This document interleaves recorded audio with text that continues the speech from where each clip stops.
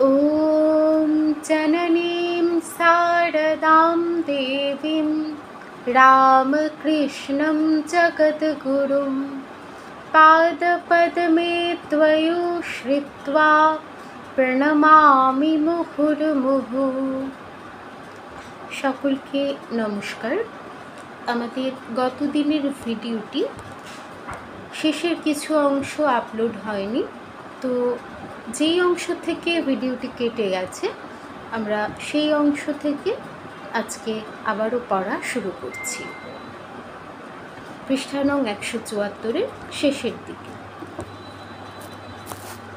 যদিও আমার ভেতরে সাধু হবার খুব ইচ্ছে ছিল, তথাপি আমি তখন বাড়ি থাকি। মনে ভাবলাম হয়তো ভবিষ্যতে মায়ের ইচ্ছায় আমার তার কাছে থাকা এবং সাধু হওয়া সম্ভব হবে। মা জিজ্ঞেস করলেন, আশুকে চেনো? কাঞ্জিলাল, কৃষ্ণলাল? আমি বললাম, না, আমি চিনি না। আমি যখন জয়রামবাটি যাই তখন ছোট মামি পাগল হইয়াছেন। রাধুর গহনাগুলো লইয়া তিনি বাপের বাড়ি গিয়াছিলেন। তার বাপ গয়নাগুলো কাড়িয়া লইয়াছেন, সেজন্য আরও খেপিয়া উঠিয়াছিল। পাগলি মামি সিংহবাহিনীর মন্দিরে মা গয়না দাও বলে কাঁদছেন। তখন সন্ধ্যা অতীত হইয়াছে। ঘরে মা আর আমি, কথাবার্তা হচ্ছে। হঠাৎ মা বললেন, যাই বাবা, ওর আমি ছাড়া কেউ নেই। পাগলি সিংহবাহিনীর কাছে গয়নার জন্য কাঁদছে। এই বলিয়া মা চলিয়া গেলেন। আমি কিন্তু কান্না আদৌ শুনতে পাই নাই এবং অত দূর হতে শোনাও সম্ভব নয়, কিন্তু তাহার কানে ঠিক পৌঁছাইয়াছে। সিংহবাহিনীর মন্দিরে গিয়া খেপিকে লইয়া আসিলেন। পাগলি বলিতেছেন, ঠাকুরজি, তুমিই আমার গয়না আটক করে রেখেছ, তুমিই দিচ্ছ নে। মা বললেন, আমার হলে আমি কাকবিষ্টাবত এই দণ্ডে ফেলে দিতুম। খেপির কথায় আমাকে হাসিতে হাসিতে বলিলেন, গিরিশবাবু বলতেন এটা মায়ের সঙ্গের পাগলি। আমার প্রথম মা বলতে একটু লজ্জা বোধ হতো, কারণ গর্ভধারিণী মা অল্প বয়সে চলে গিয়েছিলেন। একদিন সকালবেলা আমায় দিয়া এক জ্ঞাতি ভাইকে সংবাদ পাঠাইতেছেন। যাইবার সময় জিজ্ঞেস করিলেন, কি বলবে বলো দেখি। আমি বললাম, তিনি আপনাকে এই বলতে বললেন। শুনিয়া মা বললেন, বলবে মা বললেন। মা শব্দটি জোর দিয়া উচ্চারণ করিলেন। একদিন বেলা 8-9টার সময় মা তার ঘর হইতে বাইরে আসিলেন। উঠানে একটি ছেলে দাঁড়াইয়া অনন্য দৃষ্টিতে মাকে দেখিতেছিলেন। মা আসিতে আসিতে হঠাৎ ছেলেটির দিকে ফিরিয়া আসিয়া সস্নেহে তার চিবুকে হাত দিয়া সহাস্যে আমায় বললেন, এটি আমার গণেশ। বোধ হইল ছেলেটি কোনো ভক্ত বা আত্মীয় হবে। একদিন সকালে মায়ের ঘরের বারান্দায় শ্রী শ্রী রামকৃষ্ণ পুঁথি পাঠ হইতেছিল। আমি পড়িতেছিলাম এবং মা ও আরও দুজন শুনছিলেন। বিবাহের অংশটি পড়া হইতেছিল, যেখানে মাকে জগন্মাতা বলিয়া উল্লেখ করিয়া খুব প্রশংসা ছিল। মা উহার খানিকটা শুনিয়াই উঠিয়া গেলেন। ইহার অল্পক্ষণ পূর্বে তাঁকে মাঘ মাসের উদ্বোধন হইতে পড়িয়া শুনাইতেছিলাম। মা এক মনে শুনছিলেন। ইহাতে মাস্টার মহাশয়ের শ্রী শ্রী রামকৃষ্ণ কথামৃতে কিয়দংশ বাহির হইয়াছে, আর কেহ তথায় ছিল না। এক স্থানে পড়ছিলাম, গিরিশ একটি সাধ। ঠাকুর, কি? গিরিশ, অহেতুকী ভক্ত। ঠাকুর, অহেতুকী ভক্তি ঈশ্বর কোটির হয়, জীবকোটির হয় না। আমি মাকে জিজ্ঞেস করলাম, মা, জীবকোটির হয় না, ঈশ্বর কোটির হয়, এর মানে কি? মা, ঈশ্বর কোটি পূর্ণকাম, তাই অহেতুক। কামনা থাকতে অহেতুক ভক্তি হয় না। আমি, মা, তোমার এইসব বিশেষ ভক্তরাও ভাইরা, এরা কি সমান? আমার মনের ভাব এই যে, ভাই হইয়া যখন জন্মিয়াছিল তখন ইহারাও উচ্চ আধার ও অন্তরঙ্গ হইবেন। যেমন মঠের মহারাজরা। মা তদুত্তরে উষ্ঠকুঞ্চিত করিয়া এরূপ ভাব প্রকাশ করিলেন, যেন কিসের সঙ্গে কিসের তুলনা, শুধু ভাই হইলে কি হইবে, অন্তরঙ্গ পৃথক বস্তু। একদিন সকালে ধান ভানা হচ্ছিল, মা উহাতে সাহায্য করিয়াছিলেন, প্রায় রোজই ওরূপ করতেন। আমি তাকে বললাম, মা, তোমার এত খাটুনি কেন? মা বললেন, বাবা, আদর্শ হিসাবে যা করতে হয় তার ঢের বাড়া করছি। একদিন রাত্রে সকলে ঘুমাইতেছিল। নলিনী স্বামীর গরুর গাড়ি লইয়া উপস্থিত, নলিনীকে লইয়া যাইবে। সে শ্বশুরবাড়ি হইতে চলিয়া আসিয়াছে এবং ফিরিয়া যাইতে চায় না। স্বামীর আগমন সংবাদ পাইয়াই ঘরের দরজা বন্ধ করিয়াছে, আত্মহত্যা করিতে চায়। অনেক সাদাসাদির পর তাকে এবার শ্বশুরবাড়ি যাইতে হইবে না। মা এইরূপ কথা দেওয়ায় সে দরজা খুলিল। এইরূপ গোলমালে রাত্রি কাটিল। মা নলিনীর ঘরের বারান্দায় বসিয়াছিল।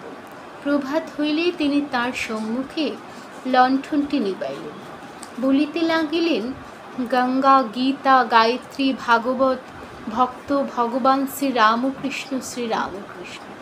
পরে নলিনীর কথায় মা আমাকে বললেন, ওর পিসির বাতাস লেগেছে, বাবা তাই যেতে চায় না। একদিন সকালে মা আমার বাড়ির একজন পুরাতন চাকর সঙ্গে দিয়া পাগলির বাপকে বুঝাইয়া লইয়া আসিতে বা গহনা ফিরাইয়া দিতে রাজি হইলে উহা আনিতে তার নিকট পাঠাইলেন। আমরা গিয়া অনেক অনুনয় করার পর তিনি পরদিন আসিলেন, কিন্তু গহনা আনেননি। মা তাহাকে অনেক অনুনয় বিনিময় করিলেন, হাতে পায়ে দিয়া পর্যন্ত অনুরোধ করিলেন যাতে তিনি গয়নাগুলো ফেরত দেন এবং বললেন, আপনি আমাকে এই বিপদ হতে উদ্ধার করুন। কিন্তু তথাপি সেই লোভী ব্রাহ্মণের মন গলিল না। তিনি নানা বাজে উজড় করিতে লাগিলেন। শিবরাত্রির পূর্ব দিবস আমি রওনা হইব স্থির করিল, কারণ মঠে ঠাকুরের উৎসব দেখিবার বিশেষ ইচ্ছা ছিল। মাকেও তাহা বলিলাম। মধ্যাহ্নে ভোজনের পর মাকে প্রণাম করিতে গেলাম, রওনা হইব। মা বললেন, এই শশীর সঙ্গে যাবে। শশী স্ত্রীলোক, ইহা দেখিয়া আমি একটু ভাবিতেছি। তখন মা বললেন, ও যে আমাদের শশী গো, আমার সঙ্গে থাকতো দক্ষিণেশ্বরে। শশীকে বলিলেন, একে আমাদের ঘরে, যে ঘরে মা ও ঠাকুর কামারপুকুরে থাকতে দেবে। রামলালের মাসিকে বলে দেবে। তখন আর কেহ ঠাকুরের বাটিতে ছিলেন না। আমাকে বললেন, কামারপুকুরে এক আধ দিন শেষে মঠে যাবে, ঠাকুরের জন্মস্থানে হয়ে যেতে হয়। আমার কিন্তু কামারপুকুরে যাইবার পরিকল্পনা ছিল না। আমি শুধু মাকে দেখিতে গিয়াছিলাম। তার জন্যই বেকুল হইয়া বাড়ি হইতে ছুটিয়াছিলাম। সঙ্গে কাপড় ছাতাটি পর্যন্ত আনিতে ভুল হইয়াছিল। কিছুদূর আসিয়া মনে পড়িলেও আর ফিরি নাই, পাছে কোনো বিঘ্ন ঘটে। আমার সঙ্গে কাপড় ছিল না। মা একখানি কাপড় পরিতে দিয়াছিলেন, বলিলেন, ওখানা সঙ্গে নিয়ে যাও। জিজ্ঞাসা করিলেন, সঙ্গে টাকা আছে? গাড়ি ভাড়া এসব লাগবে? টাকা নিয়ে যাও। আমি বললাম, আমার কাছে টাকা আছে, নিতে হবে না। বলিলেন, গিয়ে পত্র লিখবে।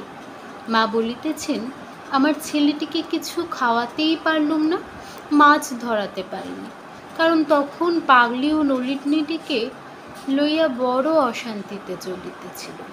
আমি মাকে প্রণাম করিয়া কাঁদিতে কাঁদিতে বাহির হইলাম। মা সঙ্গে সঙ্গে অনেক দূর পর্যন্ত আসিলেন। পরে যতক্ষণ দেখা গেল চাহিয়া রহিলেন।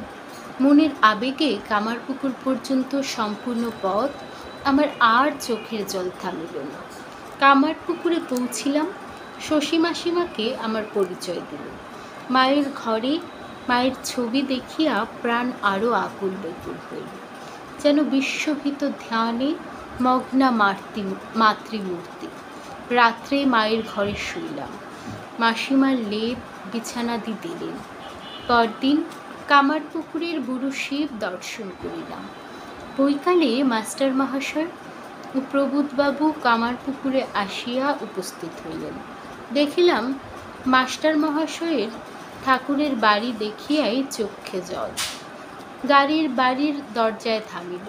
আমি জিজ্ঞাসা করিলাম, আপনার কি নাম?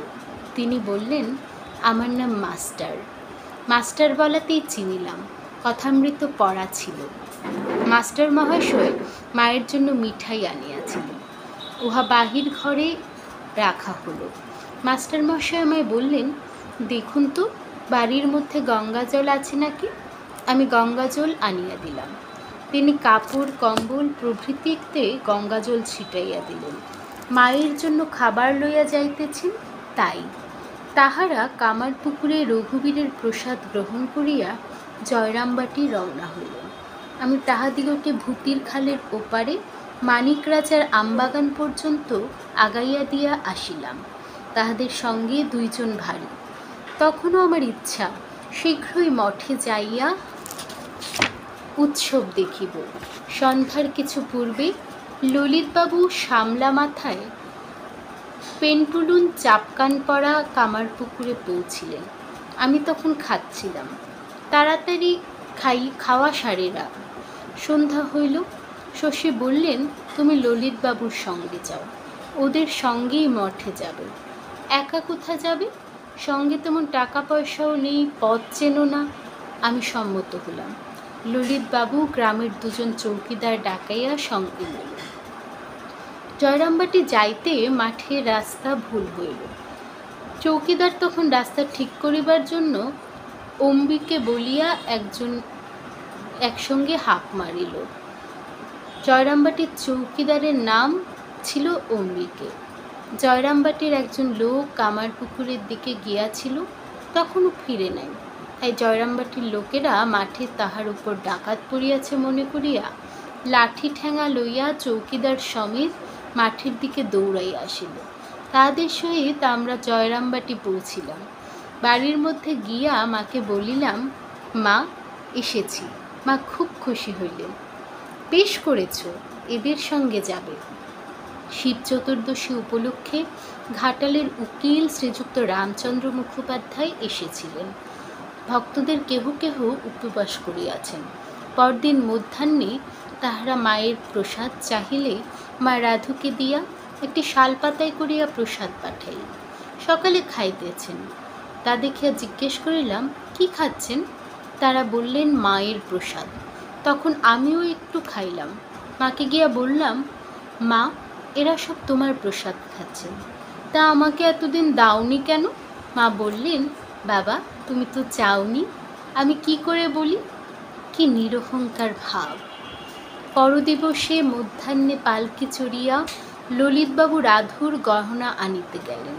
তিনি কলিকাতা পুলিশের একজন খুব বড় কর্মচারীর চিঠি লইয়া সরকারি লোক সাজিয়া গিয়াছিলেন। মা মাস্টার মহাশয়কে সঙ্গে পাঠাইলেন। ললিতবাবুর ছোকরা বয়স, ব্রাহ্মণ গহনা না দিলে পাছে তাহার কোনো অপমান করেন, কিন্তু বেলা থাকিতে তারা গয়না সমেত ছোট মামির বাপকেই লইয়া উপস্থিত হইলেন। রাত্রি প্রায় 2টা। বাড়ি হইতে সংবাদ আসিল, মায়ের সমস্ত রাত্রি নিদ্রা হয় নাই, মাথা ঘুরছে। তৎক্ষণাৎ মাস্টার মহাশয় ও আমরা কেহ কেহ বাড়ির মধ্যে গেলাম। সকলে ঔষধ খুঁজিতে ব্যস্ত। সেই সময় আমি গিয়া মাকে জিজ্ঞেস করিলাম, মা এমন কেন হলো? মা এতক্ষণ কাহাকেও কারণ বলেন। জিজ্ঞাসা করায় বলিলেন, ওরা তো সব চলে গেল গয়না আনতে। আমি সমস্ত দিন ভেবে ভেবে অস্থির, পাছে ব্রাহ্মণের কোনোরূপ অপমান হয়, এই ভাবনায় বায়ু প্রবল হয়ে এমন হয়েছে। আমি আর কাহাকেও কিচ্ছু না বলিয়া মাস্টার মহাশয়কে সব কথা বলিলাম। ভাবলাম যে ব্রাহ্মণ এত ঝঞ্ঝাট ঘটাইল, কত কষ্ট দিল, তাহার জন্য এত ভাবনা। 3য় দিন বৈকালে আমরা রওনা হইলাম। মা ললিতবাবুকে বলিয়া দিয়েছেন, ছেলেটি খুব ভক্ত, একে সঙ্গ করে নিও। আমরা একে একে মাকে প্রণাম করিলাম। মায়ের চক্ষু দিয়া জল পড়িতেছিল, কাঁদিতেছেন। সামনের ফটকের দুয়ার পর্যন্ত আসিয়া দাঁড়াইলেন। আমরা দেশরা হইয়া বিষ্ণুপুরের রাস্তায় আসিলাম। বিষ্ণুপুরে মাস্টার মহাশয় প্রবোধবাবু প্রভৃতি লাল বাঁধে মৃন্ময়ী দেবী দেখিতে গেলেন। আমিও ললিতবাবু ট্রেনে উঠিয়াছি। দেখি মাস্টার মহাশয় প্রবোধবাবুকে পাঠাইয়াছেন। তিনি বলিলেন, মাস্টার মহাশয় বলছেন মৃন্ময়ী দেখে যাবেন। আমরা চিন্ময়ী দেখিয়া আসিয়াছি, আর মৃন্ময়ী দর্শনের স্বাদ হইল না। মঠে আসিয়া উৎসবাদী দর্শন করিয়া দেশে ফিরিলাম। 1907 সালে দুর্গাপূজার পর মাকে দর্শন করিতে কলিকাতায় আসি। একটি ভক্তের পত্রের উত্তরে মা জানাইয়াছিলেন, আমি পূজা উপলক্ষে গিরিশবাবুর বাড়িতে আসিয়া বলরামবাবুর বাড়িতে আছি। আমি সকালবেলা বলরামবাবুর বাড়ি গিয়া উপস্থিত। পূজনীয় বাবুরাম মহারাজকে দেখিয়া প্রণাম করিয়া জিজ্ঞেস করিলাম, মা কোথায়? তিনি মস্তকে হাত দিয়া দেখাইলেন, মা মাথায়। যাহা হোক, আমি কিছুক্ষণ একা হলঘরে বসিয়া থাকিয়া ভগবানকে আমার নাম বলিয়া দিয়া মাকে সংবাদ পাঠাইলাম। মা তাকে বলিলেন, নিয়ে এসো। আমি বাড়ির ভেতরে গিয়া মাকে প্রণাম করিয়া বসিলাম। মা দেশে ম্যালেরিয়ায় খুব ভুগিয়া আসিয়াছেন। চেহারা অনেকটা রুগ্ন। কিছুক্ষণ কথাবার্তার পর বলিলেন, কাল শরৎ চক্রবর্তী এসেছিল। এখানে এসে আমাকে গান শোনালে। আহা, তার কি ভাব, কি গান! তুমি কেন আসলে না? আমি যে সেই বেলায় কলিকাতায় আসিয়াছি মা তখনও বুঝিতে পারেন নাই। সন্ধ্যার সময় মাকে প্রণাম করিয়া বলিলাম, মা, আমি আজকেই যাব। রাতের গাড়ি, শরীর ভালো নয়। কলিকাতায় আমার থাকিবার কোনো সুবিধা ছিল না। মা বলিতে লাগিলেন, আহা, আজই চলে যাবে? আজই এলে আবার আজকেই যেতে হবে? যাইবার সময় মাকে বললাম, মা, যা ভালো হয় করো। ইহার পরে মাকে বাগবাজারে তার নতুন বাটিতে দর্শন করি। পূর্বে কলিকাতায় আসিলে মা ভাড়াটিয়া বাড়িতে থাকিতেন। উহা সকল সময় পছন্দ মতো মিলিত না বলিয়া মায়ের যখন ইচ্ছা আসিতে এবং থাকিতে অসুবিধা হইত। তাই এই নতুন বাড়ি পূজনীয় শরৎ মহারাজের বহু চেষ্টায় নির্মিত হয়। আজকে আমাদের পাঠ এতটুকুই রইল। শান্তি প্রদানের মাধ্যমে আমরা পাঠ শেষ করছি। ওম শান্তি শান্তি শান্তি। হরি ওম তৎসৎ। শ্রীরামকৃষ্ণার্পণমস্তু। সবাইকে নমস্কার এবং ধন্যবাদ। সবাই ভালো থাকবেন।